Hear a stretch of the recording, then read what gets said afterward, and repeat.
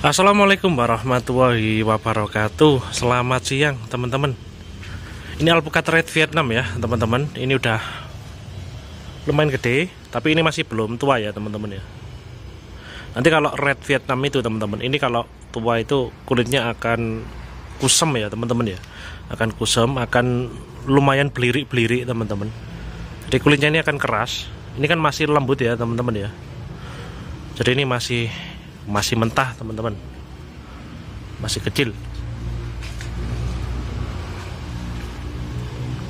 Salah satu yang gampang berbuah ya ini teman-teman, red Vietnam.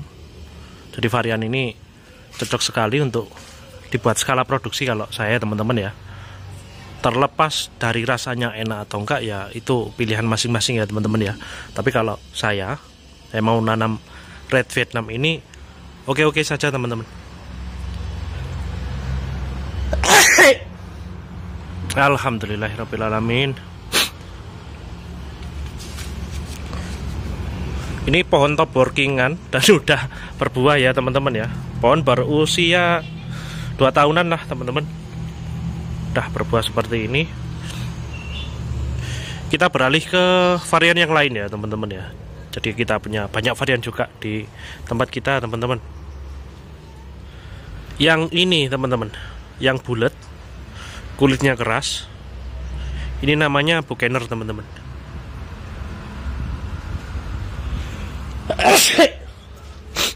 Alhamdulillahirrabbilalamin. Bukener ini salah satu varian favorit saya teman-teman. Rasanya itu gurih teman-teman kalau Bukener itu ya. Bukener ciri khasnya seperti ini, bulat, agak lonjong ya. Terus berdompol seperti ini teman-teman.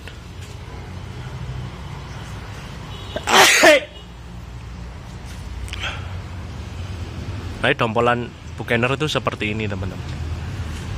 Buahnya berdompol-dompol kalau Bukener ya teman-teman ya. Jadi buahnya seperti ini, kulitnya keras, belirik-belirik ya teman-teman ya. Kulitnya seperti ini, ada bintik-bintiknya seperti ini.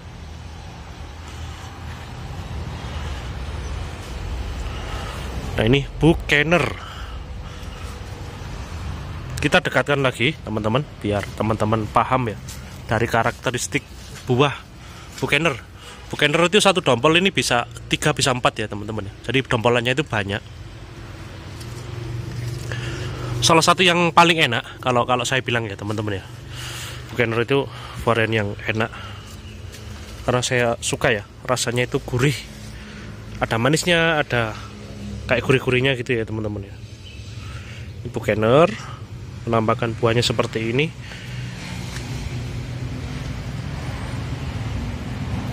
Nah itu dompolannya di atas masih banyak teman-teman. Itu full ya di atas juga. Wah itu di atas masih berdompol seperti itu teman-teman. Dulu ketika saya top working ini ya teman-teman ya, ada yang ketawain kenapa kok pohon alpukat kelut di top working dengan alpukat Bukener kan gitu ya. Sebenarnya kan kelutnya udah berbuah di tempat kita teman-teman.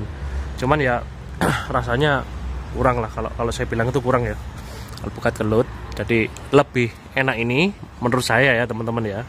Jadi lebih suka Bukener. Dan hasilnya nggak mengecewakan teman-teman. Loh, itu dompolannya seperti itu teman-teman.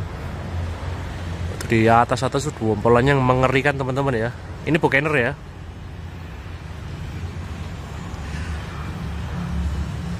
Jadi tentu kita top working itu punya alasan tersendiri ya teman-teman ya. Jadi nggak cuma yang lagi tren apa sekarang terus top working itu enggak ya teman-teman ya. Karena kita udah ngerasain buahnya, kita tahu karakteristiknya, dan kita punya pasarnya ya kita top working teman-teman. Nah ini Bukener nggak mengecewakan buahnya teman-teman. Kita review lagi satu jenis alpukat lagi ya teman-teman yang berbeda. Tapi tetap masih dalam satu pohon. Karena satu pohon ini asalnya pohon kelut, kita top working jadi 3 rasa teman-teman. Ada kelutnya, ada Bukener, dan ada Pinkertonnya juga teman-teman. Nah yang ini teman-teman, ini Pinkerton. Banyak agak lonjong teman-teman. Lonjong, kulitnya keras ya. Ini Pinkerton teman-teman. salah satu varian alpukat dataran tinggi teman-teman. Tapi ini di tempat kita ini 300 mdpl teman-teman. Ini bisa berbuah. Ya walaupun nggak banyak teman-teman ya. Karena ini alpukat untuk dataran tinggi ya teman-teman ya. Tapi lumayan lebat teman-teman. Ini di bawah ada 1, 2, 3, 4, 5, 6, 7, 8, 9, 10. Di atas juga banyak teman-teman. Ini juga Pinkerton ya. Wah, ini juga Pinkerton juga. Kita udah tahu rasanya yang ini teman-teman, Pinkerton ini rasanya gurih ya. Jadi mengapa kita top working Pinkerton ya di pohon alpukat kelut ya, karena kita udah tahu rasanya teman-teman. Jadi kita top working itu nggak cuma asal-asal karena ngikutin tren yang lagi ramai sekarang, apa yang baru jenisnya gitu terus kita top working, nggak juga gitu teman-teman. Kita udah tahu rasa buahnya, baru kita melakukan top working. Itu salah satu langkah yang tepat ya teman-teman ya. Jadi teman-teman nggak akan dapat goreng-gorengan dari penjual bibit ya teman-teman ya. Jadi kita tanam dulu, atau kalau kita nggak punya pohon induknya teman-teman, kita bisa beli buahnya dulu di siapapun itu yang menawarkan bibit ya. Jadi biar kita nggak sia-sia gitu ya teman-teman ya, karena nanam itu kan lama prosesnya teman-teman untuk menunggu berbuahnya itu. Jadi kalau kita nggak pinter dari awal ya, nanti kita cuma akan menanam saja dan kita menyisakan satu ya, ini kelutnya ya teman-teman ya. Bentuknya nggak bagus teman-teman, karena mungkin ya cuma di batang kecil teman-teman. Ini kelutnya, jadi ini pohon aslinya kelut tapi kita top working ya. Jadi dalam satu pohon ini ada 3 rasa teman-teman. Nah ini buktinya, ini nggak cuma nggak cuma sekedar di top working ya, dan berbuah lebat ya teman-teman ya. Buahnya itu sampai sana teman-teman. Nah keren ya.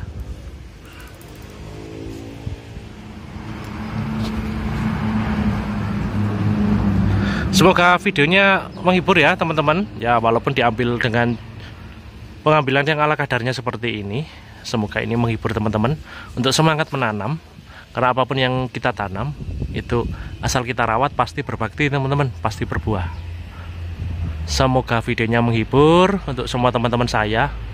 Maafkan bila ada kata-kata yang salah ya teman-teman ya. Terima kasih yang sudah nonton. Wassalamualaikum warahmatullahi wabarakatuh.